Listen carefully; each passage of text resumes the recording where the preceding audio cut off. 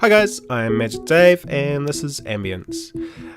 So the first thing you might notice is these mammoths. They're just walking on the spot, as you do.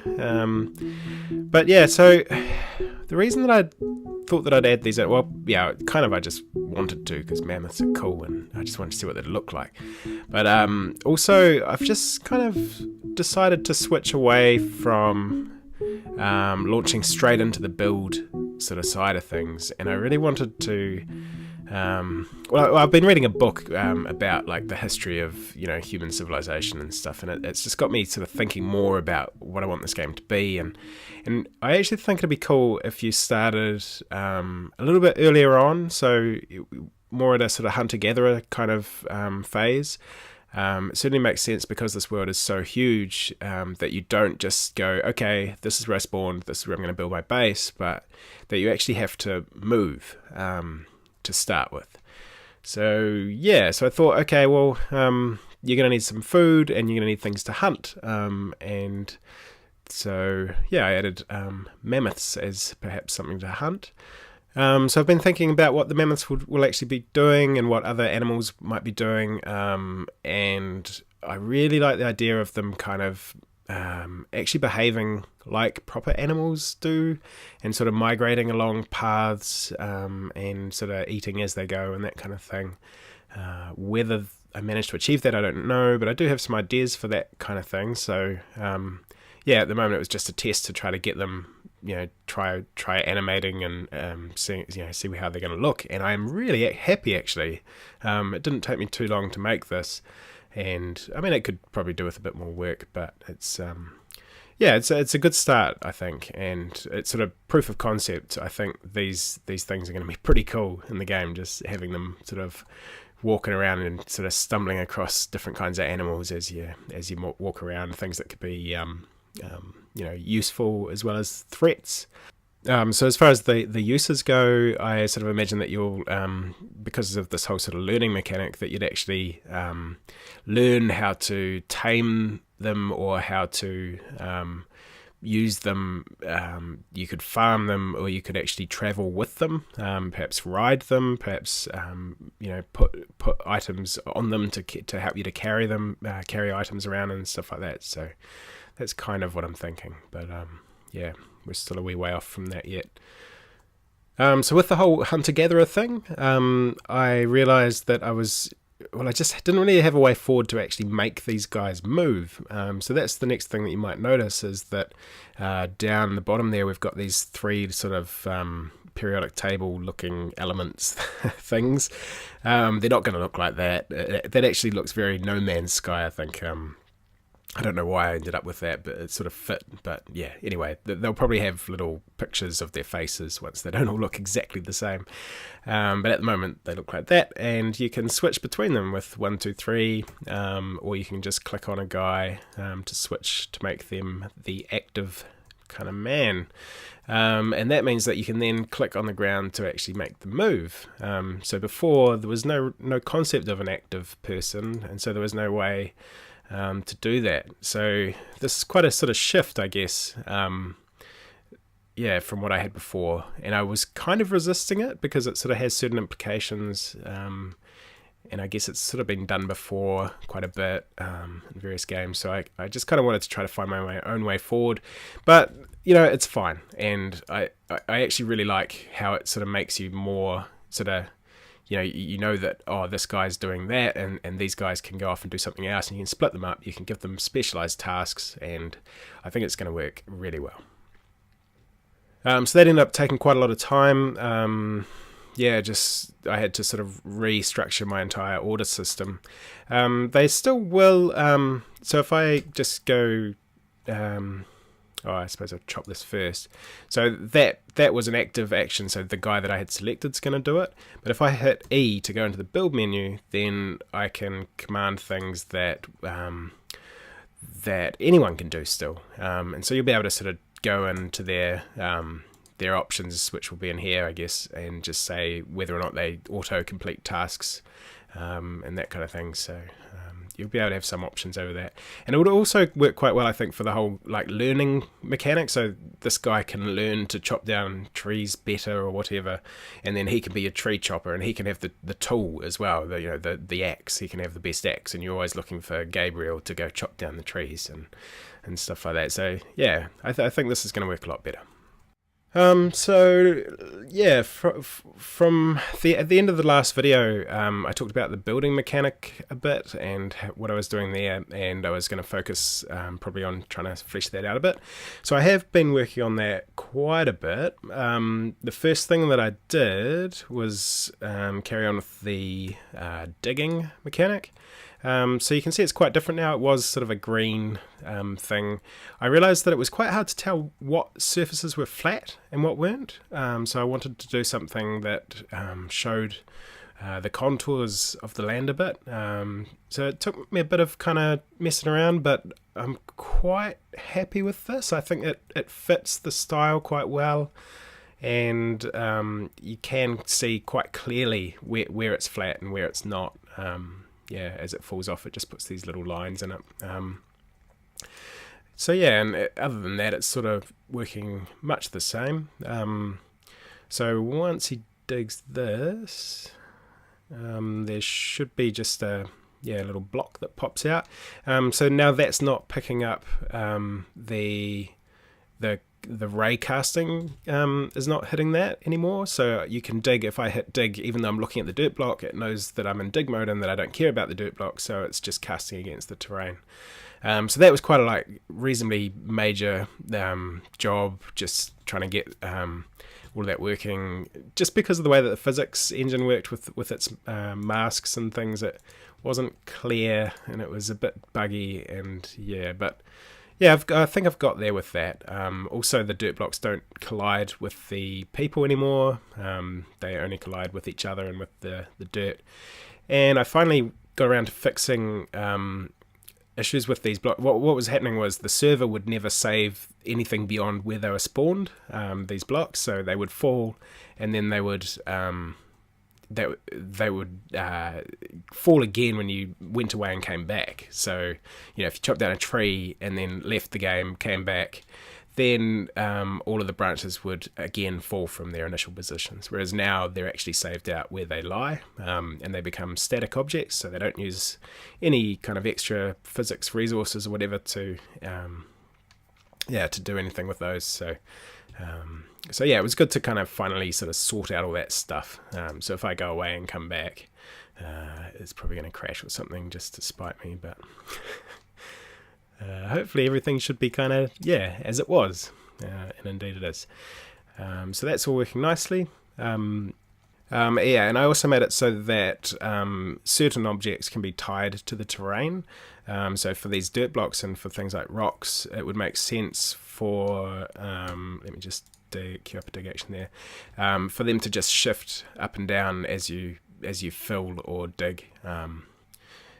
So this one here should shift immediately down as he digs, and it does. So I think that's a nice kind of simple way of dealing with that. This is no longer sitting correctly. It should be sort of sitting on an angle, but it works okay, and it's fast and it's consistent, and it works for networking and all that kind of stuff. So it's working pretty well. And same's going to happen when you fill. So I was playing around a little bit with that whole mechanic, and I was coming down by the water edge here, and I was like, hang on, this is not, I can't see what's going on underneath the water. And so I realized that I actually need to re-implement transparency, because for a while there, it was pretty much, I'd done a bunch of optimizations, and it was no longer updating the buffer quickly enough to actually render the transparent stuff below it. I wonder if I get that guy to fill down here, in here maybe. So I worked on the transparency again. I've got it all, sort of working correctly. Obviously, there's more work to do. The UI should probably still display, and I'm not sure how exactly I'm going to do that. It is showing that little arrow through the water, But it's, you know, it's okay. You can use this now to actually build out peninsulas and stuff in little areas, which is, you know, it's quite cool. It's sort of, I'm starting to get a feel for how that building mechanic's all going to come together, so that's nice. And I also worked on the shadows again. In the last video, you probably didn't notice, but when you got about to here, maybe the shadows would disappear completely for the people.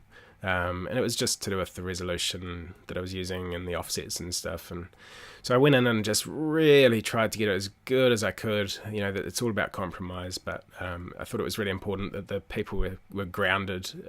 So yeah, it prioritizes showing nice shadows for everything that's sort of quite close. And yeah, it doesn't worry too much about the distant tree shadows and stuff like that. Yeah. So since I was messing around with the water shaders and the shadows and everything, I thought, why not carry on messing around with things? So I added particles. So yeah, there were particles before, but that was when you're looking at trees and stuff. They had that sparkly outline, which I ultimately got rid of, and that was all just before. Like, I hadn't worked on that since I added the script interface or the script engine. So I decided to make a fully scriptable particle system. So all these particles, all of the positions are getting updated every frame in a script rather than in C code, which makes it incredibly powerful for modders, I suppose. They can do whatever they like with these particles, and also just makes it really easy for me. It might sound kind of crazy in that it would be slow, but in my experience, particle engines tend to be slowed down by the fill rate is kind of the major problem in most situations. So probably if you've got enough particles that you're going to get a slowdown for anything, you're going to get it with your graphics card before you hit CPU problems. And I've put all of the script, I've created a separate thread for the all of that script stuff to run on, so it's completely independent of the main thread and should never impact performance. So even if the particles start lagging a bit because there's so many of them, you should still get 60 frames a second and not have any actual stuttering. Just the particles themselves might move a bit slow. So yeah, I'm actually really pleased with that. I think it's come out really nicely. It's still probably going to need a bit more specialization for different effects and things, but at the moment it's pretty good. So the next thing that I had to do after adding the particles was, I realized, actually let me just go in here and make it sunset, that I needed light sources from the fire, because it looked a bit weird when there were just particles and there was no actual light coming out of it. So I now can have up to 64 light sources, and yeah, it'll just render the closest ones to the camera. I think that should probably be enough, but I don't know. I mean, it's probably, I'll probably need to optimize it or work on it at various times, but for now it's working quite well. It looks quite good. It's all quite configurable, you know, through the scripts and everything. So yeah, a few days work there to get that all working, but yeah, it's come together quite nicely. Whew. And yeah, I mean, it's been I've actually got quite a lot done. It's a good thing doing these videos. I kind of realized just how much I've done. But the other thing I did was I changed the way that trees and let me just make it daytime again. The way that trees and rocks and stuff are distributed, it was probably quite realistic the way that it was done before, but it was kind of boring. Yeah, so I've kind of made it so that instead of slow gradients between things, you've got these little pockets of different kinds of vegetation and stuff. And same with rocks as well, so that you can sort of see there's lots and lots of rocks over here and then just sort of nothing over here. And I think that's going to be a lot more interesting, because it's like, you know, you've got a certain number of rocks that you can use to build something, and then you run out and you have to actually go over to another source of rocks over here or another source of trees. And I just yeah, I think it looks better and it's going to play better, even if it isn't all that realistic. Yeah, and that's pretty much it. The only other kind of couple of things that I have done would be I improved my kind of workflow a bit. So if I hit Command R now, it immediately just chucks me straight out here, and I can continue again. and this is now using all new, it's reloaded everything, it's reloaded all the scripts, all the images, so I can just change stuff on the fly and just come straight out and straight back in again without having to recompile or anything. So that's just wonderful for my kind of workflow.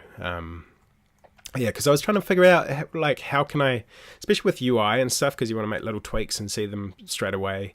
It's very, very difficult to just reload individual scripts, though, because you've got kind of state that's all kind of all over the place, and it just restoring that state can be kind of tricky. So I decided just to chuck it all out and start again. And yeah, it's great. It's working well. The only thing was I had to just fix all my memory leaks, because, yeah, I wasn't really dealing with any of that, but didn't take long to sort that out, so that's all good. And I finally figured out there was this little, I don't know if you'd seen it, but there was this little thing that kept popping up here with little accent symbols on it. So when you hold down the A key on Mac OS, it would think that you maybe wanted to use an accented A symbol and show this menu. I finally figured out how to turn that off. I've been wanting to turn that off for ages. I've looked into it a couple of times, but yeah, it was quite simple. I just had to set a preference. Yeah, so that's all good. So from here, I guess, yeah, I want to keep focusing on the hunting, gathering kind of aspect of it. Yeah, so yeah, I don't want to go straight into building. I sort of want to get this early game sort of working a bit.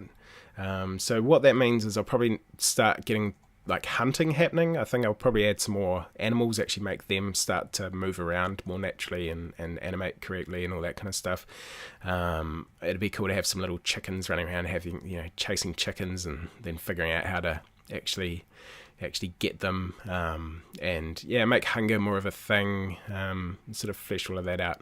But I will still look at the building mechanic too. I definitely want to keep working on that. And yeah, the learning thing and using like the chopping at the moment, they're just sort of, they've got an animation, but they need to be like at least using a rock to dig with or to chop with, or, you know, and so I want to get onto that kind of stuff, and just simple things like being able to cancel actions, because at the moment you sort of, it's like if you say I want to chop that in, you're like, oh no, hang on, and there's nothing you can do, you just got to wait, which is no good. But yeah, I think, yeah, progress is going pretty well still, and it's yeah, it's coming together, but still so much to do. But anyway, that's it for today. Thanks for watching, and we'll catch you next time.